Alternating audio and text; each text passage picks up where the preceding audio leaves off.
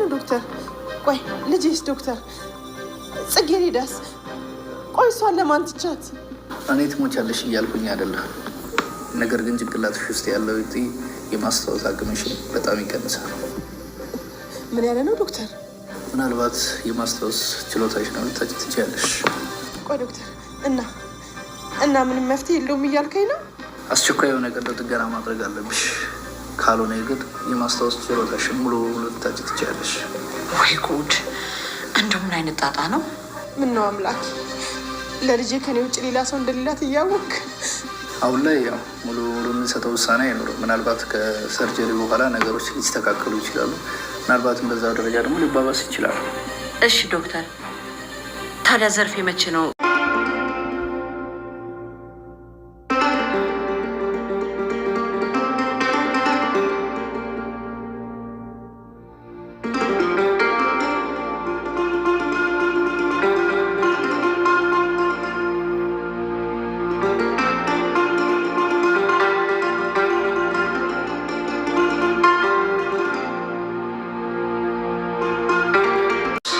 አለሁ እግዚአብሔር ይመስገን የኔ ልጅ።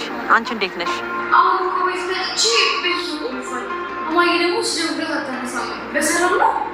አዎ በሰላም ነው።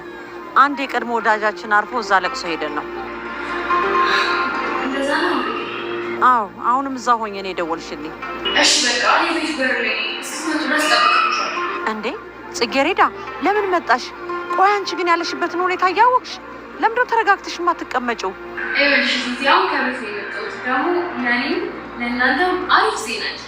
መልካም ዜና ምንድን ነው እሱ? ምን ተገኘ የኔ ልጅ? አንድ ጥሩ ዜና አለ እና ኑና ነግራችኋለሁ። በስልክ በአካል ይሻላል። እሺ በቃ የኔ ልጅ ትንሽ ጠብቂን እንመጣለን። ዘርፌ ያላሰበችው ነገር ተፈጠረባት። በጭንቅላቷ የካንሰር እጢ በሚባል ነገር ተጠቅታለች። ወደ ድሮ ማንነቷ ተመልሳ ቁርስ አዘጋጅታ ጽጌረዳ ሄቨን እያለች አዘጋጅታ ከጠረጴዛው ላይ አስቀምጣ እያወራኝ ነበረ። ፍቅርተም እየታዘበቻት ነበረ። ፍቅርተ የምትባለውም ደግሞ ተንኮለኛ ምን አለ ረስተሽ ከነ ድሮ ሚስጥር ይዘው ዝም ባልሽ ባላስታወሽ የድሮውን ሁሉ እያለች ትጸልያለች። በጣም ይገርማል። ሆስፒታልም ይዛት ሄደች። ጽጌረዳ ነፃ ወጣች። የፍርድ ቤት ውሳኔዋን ወረቀቷን ተቀብላ መጣች። ይሄን ደስታ ልታበስር ወደ ቤተሰቦቿ የሄደችው እናቷ ግን የካንሰር እጢ በሽታ ተይዛ ሆስፒታል ሄዳለች። በጣምም ተደናግጣለች። ነገር ግን ለቅሶ ቤት ሄደናል ተባለች። ለኢላ ከሽማግሌው ጋር አደረች። አሁን የቤቱ ወራሽ ለመሆን አለብኝ። ካሁን በኋላ ከሱ ልጅ ወልጄ ይሄን ቤት ሁሉ መውረስና ሰውየውን ገድዬ ቤቱ መቀበል አለብኝ ብላ ለኢላ ለመኮንን ደውላ ነገረችው። ሰለሞን መኮንንን በሽጉጥ ሊደፋው አስቧል። ሰላም ጤና ይስጥልን። ውድና የተከበራችሁ የቻናሌ ቤተሰቦች እንኳን ወደ ቻናል በሰላም መጣችሁ። ጽጌረዳ የተሰኘው ተከታታይ ድራማ ክፍል 35 ተለቀቀ። በባለፈው ፓርት እንግዲህ ጽጌረዳ ወይዘሮ ዘርፌ የሰማችውን የጽጌረዳን የተደረገባትን ተንኮል እየደወለች ስሚ ብላ ነበረ እንትን ያለችው። ነገር ግን አሁን ላይ ያ ሚስጥርም ሳትነግራት እሷ ወደ ድሮ ማንነቷ የማሰብና ጭንቅላቷን ተጎድታ ምንም የማሰብ ችሎታ የለባትም።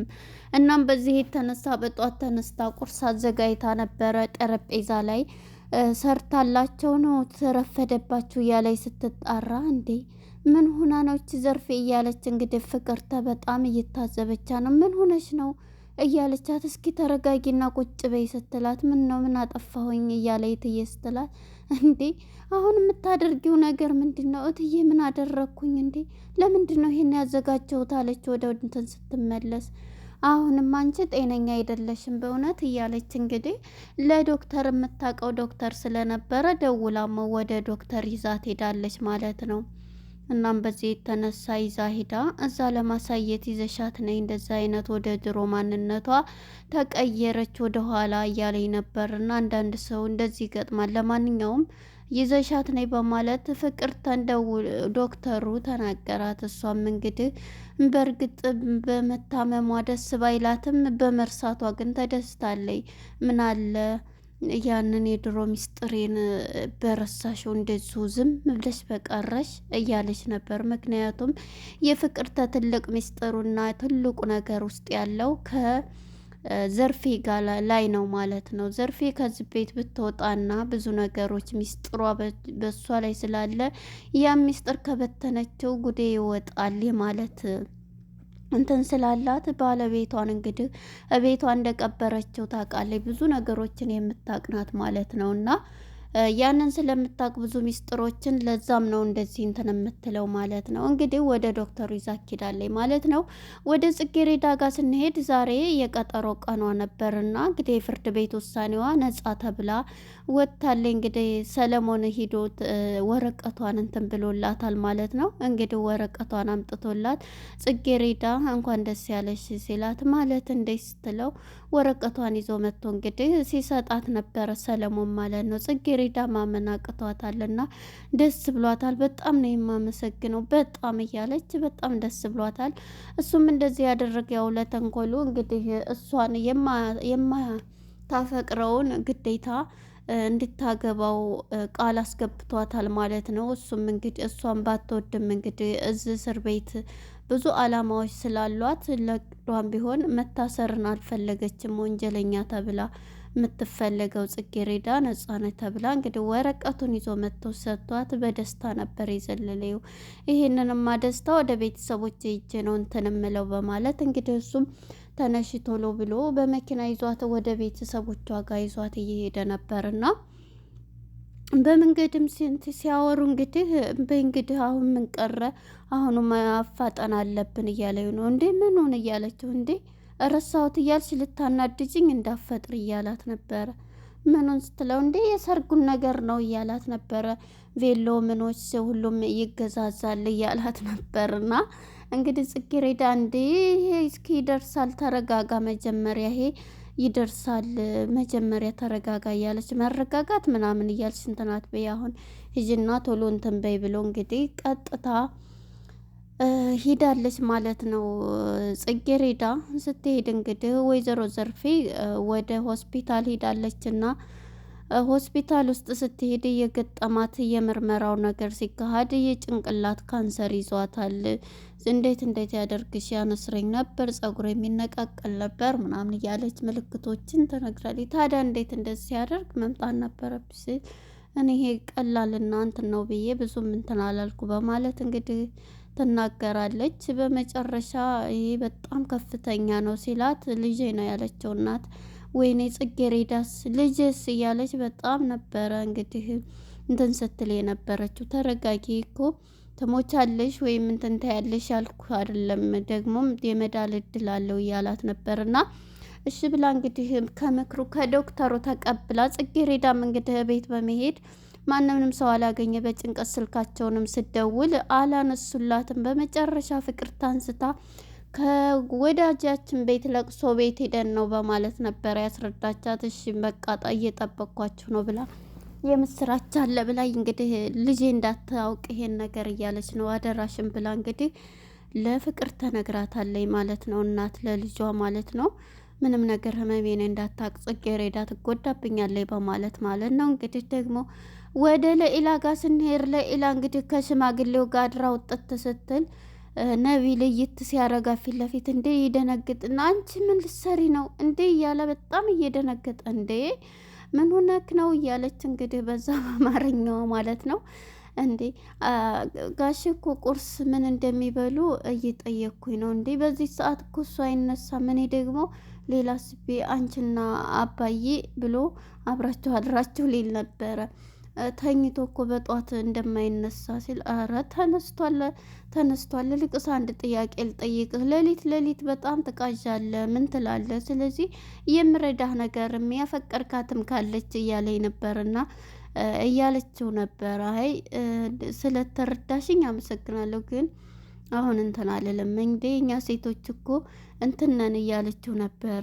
አሁን ቁርስ ሰርታ ደግሞ እንግዲህ መኮንን ጋር ተደዋውለው መኮንንን በቃ ግቢ ጠብቀሃለሁ ብሎት ነው እና ሄደው እሷ ደግሞ ቁርስ ሰርታለት ለነቢል ቁርስ ሰርችልሃለሁኝ እኮ ና ብላ እንግዲህ ይዛ እንትን ስትልለት በፍጹም እኔ አሁን ልሄድ ነው አልፈልግም ይላታል ማለት ነው። እንዴ ተዋ እኔ እኮ እንግዲህ ታሆኑ ብትለምደኝ ይሻላል እንጀራ እናት ነኝ እያለች ነው ማለት ነው ለኤላ።